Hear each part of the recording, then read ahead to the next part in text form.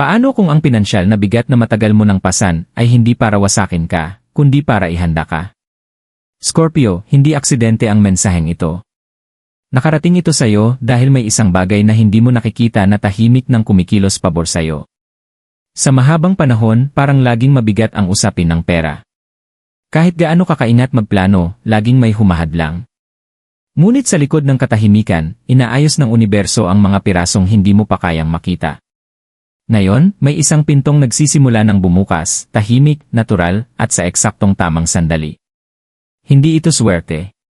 Ito ay pagkakatugma. At kung mananatili ka hanggang dulo, mauunawaan mo kung bakit ang kwento ng iyong pananalapi ay malapit ng magbago, magpakailanman. Scorpio, palagi kang may kakaibang ugnayan sa pera kumpara sa iba. Para sa'yo, ang pinansyal na katatagan ay hindi lang tungkol sa luho, ito ay tungkol sa kontrol, kapayapaan, at mismong kaligtasan. Malalim kang makaramdam, at kapag nagiging alanganin ang pera, naapektuhan nito ang bawat bahagi ng iyong buhay. Matagal ka ng matatag. Tahimik na pasan ang mga responsibilidad. Gumagawa ng mga sakripisyong hindi napapansin ng iba. May mga sandaling tinanong mo ang sarili mo kung may patutunguhan ba talaga ang lahat ng pagsisikap mo. Pero ang hindi mo nakita ay kung gaano ka na pala nagbabago sa bawat hakbang. Bawat pagkaantala ay nagturo sa iyo ng pasensya. Bawat kabiguan ay hinasa ang iyong kutob. Hindi ka tinatanggihan ng universo, inihahanda ka nito. Ngayon, nasa isang makapangyarihang yugto ka ng pagbabago. Ang enerhiya mo ay unti-unting lumilipat mula sa pakikibaka tungo sa pagkakatugma. Ang kabanatang ito ay hindi na tungkol sa paghabol sa pera. Ito ay tungkol sa pagpayag na ang katatagan, oportunidad, at kasaganaan ay tuluyan ng lumapit sa iyo kung nasaan ka ngayon. Bakit naging mabigat sa iyo dan pera? Scorpio, ang pera ay hindi kailanman naging simpleng usapin sa buhay mo. Para sa iyo, hindi lang ito tungkol sa kita o gastusin, nakaugnay ito sa seguridad, kontrol, at emosyonal na kapanatagan. Kapag hindi matatag ang pananalapi, hindi lang ito stress, nanginginig ang buong panloob mong mundo. Maaaring napansin mo na kahit gaano kakasipag, parang laging may pagkaantala ang pera. May mga oportunidad na dumarating pero hindi sa tamang oras. May pumapasok na kita pero mabilis ding nawawala. May mga panahong pakiramdam mo ay tama ang lahat ng ginagawa mo pero ayaw tumugma ng resulta sa pagsisikap mo. Hindi ito malas. Ang enerhiya ng Scorpio ay nilikha para sa pagbabago, hindi para sa ginhawa. At ang pagbabago ay kadalasang nagsisimula sa matinding pressure. Inilagay ka ng universo sa mga sitwasyong kailangan mong mabuhay, umangkop at tumibay kahit walang kasiguruhan. Napilitan kang matutunan ang disiplina, pasensya, at emosyonal na kontrol pagdating sa pera. Marami ang susuko sa ganitong bigat pero hindi ikaw. Sa halip mas tumalas ka. Mas naging mulat. Mas naging sinasadya ang bawat desisyon. Natutunan mo kung saan tumatagas ang pera, kung saan ka maling nagtiwala, at kung paano naapektuhan ng takot ang mga pinipili mo. Kahit pakiramdam mo ay hindi patas ang lahat, nagpatuloy ka pa rin. Ang totoo, ang mga pinansyal mong pagsubok ay hindi kailanman itinakdang manatili magpakailanman. Iyon ay nilayon para hubugin ka, para maging isang taong kayang humawak ng kasaganaan nang hindi nawawala ang balanse. Dahil kapag natanggap ng Scorpio ang yaman ng walang karunungan, nagiging kaguluhan ito. Ngunit kapag kinamit ng Scorpio ang yaman sa pamamagitan ng paglago, nagiging kapangyarihan ito. At ngayon, matapos ang lahat ng pinagdaanan mo, naroon ka na sa kabilang panig ng aral na yon. Ang bigat na naramdaman mo ay hindi tanda ng kabiguan, ito ay senyales na may mas malaki at mas mahalagang bagay na inihahanda para sa'yo. Yan ay hindi nakikitang pagbabago ay paligid din. Scorpio, may mga pagbabagong hindi nagpapakilala. Hindi sila dumarating na may ingay o selebrasyon. Dumarating sila ng tahimik, napakatahimik na karamihan ay hindi ito napapansin. Pero ikaw ay kakaiba. Nararamdaman mo ang pagbabago bago pa man ito maging malinaw sa paningin. Sa ngayon, may isang banayad ngunit makapangyarihang kilos na nagaganap sa paligid ng iyong enerhiyang pinansyal. Kahit tila walang malaking nagbago sa labas, sa loob mo, maaaring dama mo ito. Isang katahimikang pumapalit sa kaba. Isang tahimik na kumpiyansang umuusbong kung saan dati ay may pag-aalinlangan. Isang pakiramdam na hindi mo na kailangang magmadali. Hindi ito guni-guni. Ito ay pagkakatugma. Nagsimula ng tumugon ang universo sa paraan ng pagdadala mo ngayon ng sarili mo. Hindi ka na desperado. Hindi mo na pinipilit ang mga resulta. Natutunan mo kung kailan kikilos at kung kailan maghihintay, at ang balance na yon ay bihira. Dahil sa pagbabagong ito, unti-unti nang lumuluwag ang mga pinto. Ang mga pag-uusap na dati walang patutunguhan ay maaaring biglang humantong sa isang mahalagang direksyon.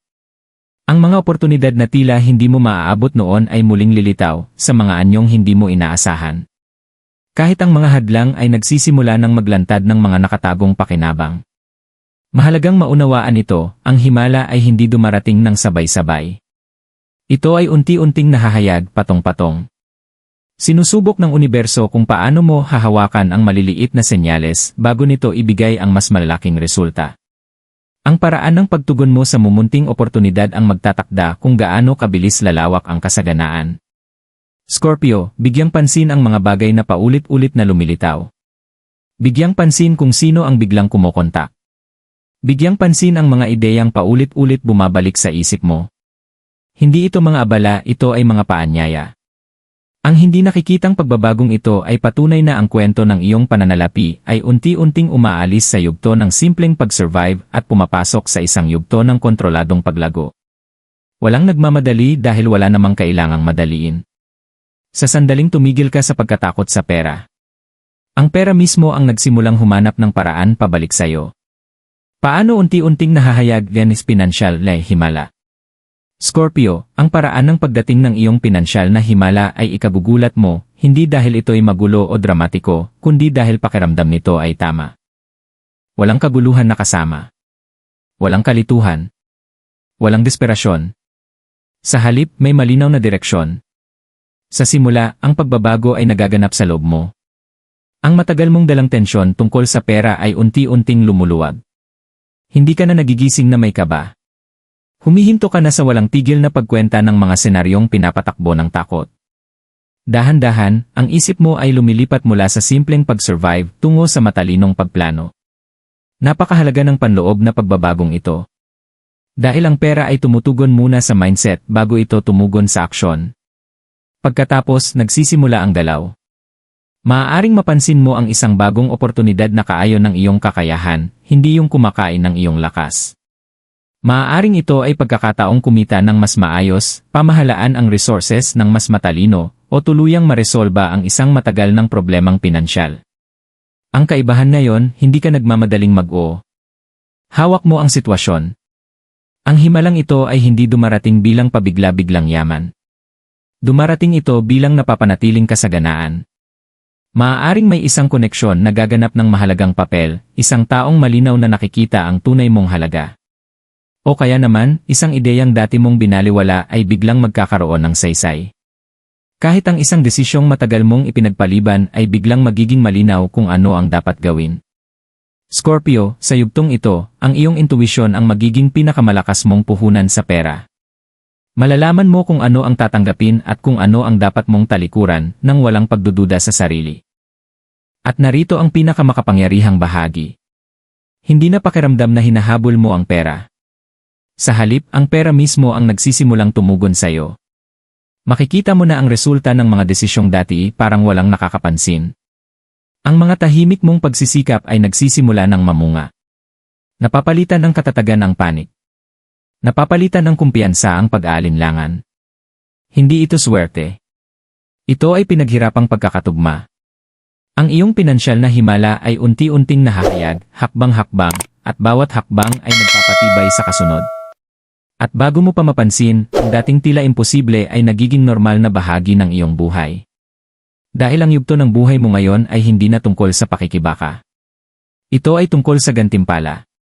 Iyan din dapat mong gawin para manatiling nakahanay kasaganaan. Scorpio, kapag nagsimulang magbukas ang universo ng mga pintuang pinansyal, minamasdan din nito kung paano ka papasok. Ang pagkakatugma ay hindi lang tungkol sa pagtanggap, ito ay tungkol sa pagiging handa.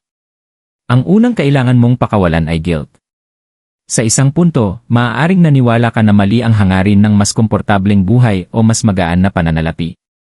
Na ang paghihirap ang dahilan kung bakit ka naging mas matatag, mas karapat-dapat. Ngunit ang paghihirap ay hindi kailanman nilalayong maging permanente. Isa lamang itong aral, hindi isang paraan ng pamumuhay. Payagan mo ang sarili mong magnanais ng katatagan nang walang paghingi ng paumanhin. Ikalawa, igalang mo ang sarili mong halaga. Masyado kang matagal na gumawa ng higit sa kailangan, nagbigay ng sobra, at tumanggap ng mas kaunti kaysa sa nararapat.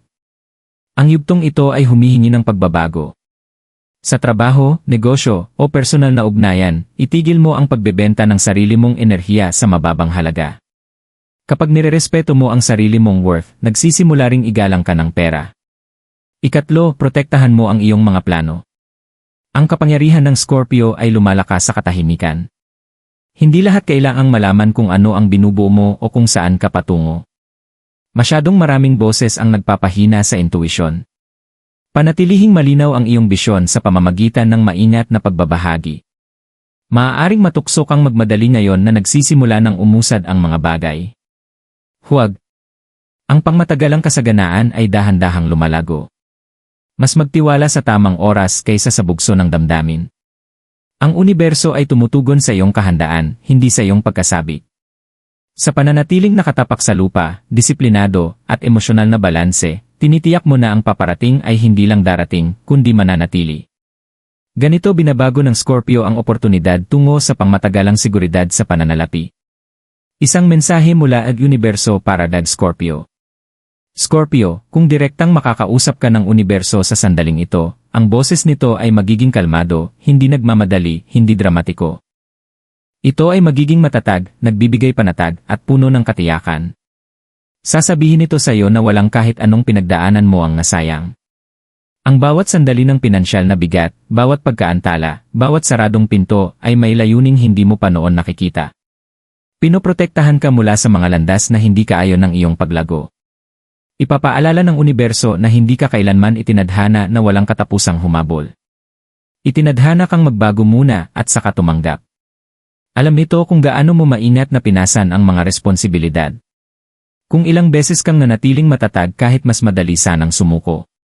Kung paano ka natutong mabuhay kahit walang kasiguruhan. Ang tibay na iyon ay hindi kailanman nakaligtaan.